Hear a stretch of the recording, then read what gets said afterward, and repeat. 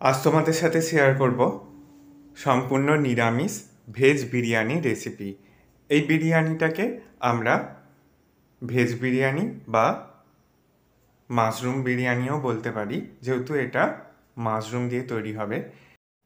বিরিয়ানি তৈরি করার জন্য আমি ভাতটাকে আগে থেকে রেডি করে রেখেছিলাম, সম্পূর্ণভাবে ফ্যান ঝরিয়ে নিয়েছি। এদিকে ফুলকপি আলুগুলোকেও ভেজে রেখেছিলাম, আর এটা বাঁধাকপির বেরেস্তা, পেঁয়াজ কুচি নয়, বাঁধাকপিকে কুচিয়ে এইভাবে ভেজে রেখে দিয়েছিলাম। এইগুলো আমি আগে থেকে করে রেখেছিলাম। সম্পূর্ণ ভিডিওটা করতে গেলে ভিডিওটা বড় হয়ে যেত, তাই এগুলো আর তোমাদের সাথে শেয়ার করিনি। এরপর মাশরুমগুলোকে ভেজে নিচ্ছি।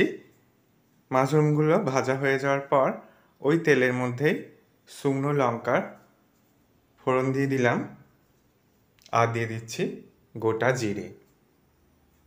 এখানে তোমরা গোটা গরম মশলাও ব্যবহার করতে পারো, তবে আমি গোটা গরম মশলা ব্যবহার করিনি। এরপর অল্প একটু আদা বাটা, টমেটোর টুকরোগুলো দিয়ে একটু লবণ অ্যাড করে দিয়ে তারপর টমেটোগুলোকে ভেজে নিচ্ছি। দেখো ভালো করে নুন দেওয়ার কারণে টমেটোগুলো গলে গেছে। এরপর এর মধ্যে হলুদ গুঁড়ো, কাশ্মীরি লঙ্কা গুঁড়ো, এটা একটা মশলা রেডি করে রেখেছিলাম, ধনে জিরে শুকনো লঙ্কাকে শুকনো খোলায় ভেজে সেটা দিয়ে দিলাম। ঝাল লঙ্কা গুঁড়ো দিয়ে দিয়েছি, অল্প একটু ধনে গুঁড়ো আর জিরে গুঁড়ো দিয়ে দিলাম। এরপর একটু বিরিয়ানি মশলা দিয়ে দিলাম। এটা কেনা বিরিয়ানি মশলা, বাড়িতে তৈরি করিনি।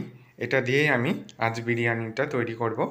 এরপর একে একে মশলাটাকে কষিয়ে নেওয়ার পর ভেজে রাখা আলু আর মাশরুম ফুলকপিকে দিয়ে কষিয়ে নিয়ে তারপর জল অ্যাড করে দিয়ে পরিমাণ মতো লবণ দিয়ে এটাকে রান্না করে নিচ্ছি।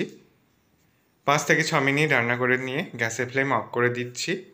এরপর বিরিয়ানি তৈরি করার জন্য একটা পাত্র নিয়ে নিয়েছি, তার মধ্যে প্রথমে রাইসটাকে দিয়ে লেয়ার করে নিয়ে তারপর সবজিগুলোকে দিয়ে দিচ্ছি।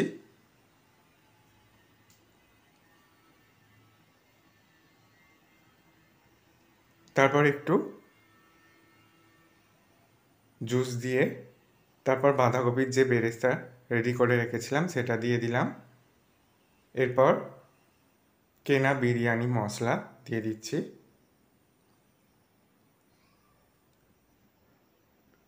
দুধের মধ্যে একটু কেশরি ফুড কালার অ্যাড করে নিয়েছিলাম, সেটাকে দিয়ে দিলাম। এরপর আবারও রাইস দিয়ে ভালো করে ঢেকে দিয়ে ওপর থেকে অল্প একটু বাঁধাকপির বেরেস্তা আর দুধের সাথে মেশানো ফুড কালারটা দিয়ে দিলাম। এরপর আবারও একটু বিরিয়ানি মশলা, কেওড়া জল, গোলাপ জল,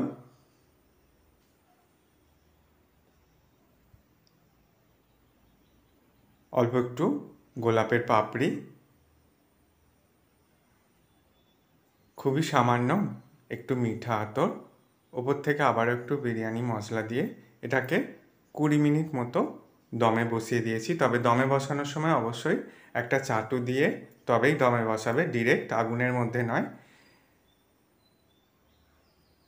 ঢাকা দিয়ে দিলাম 20 মিনিটের জন্য। 20 মিনিট পর ফিরে এলাম।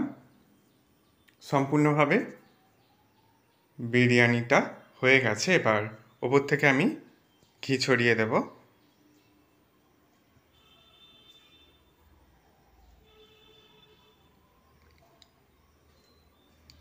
ঘিটা তোমরা কম বেশি ব্যবহার করবে, আমি একটু কমই ঘি ব্যবহার করলাম। এরপর বিরিয়ানিটাকে ভেঙে নিলেই তৈরি হয়ে যাবে ভেজ বিরিয়ানি বা মাশরুম বিরিয়ানি রেসিপি। আশা করি রেসিপিটা তোমাদেরও ভালো লাগবে। ভালো লাগলে বন্ধুদের মধ্যে অনেক শেয়ার করো, লাইক কমেন্ট করতে ভুলো না। সকলে সাবধানে সুস্থ থেকো। ধন্যবাদ।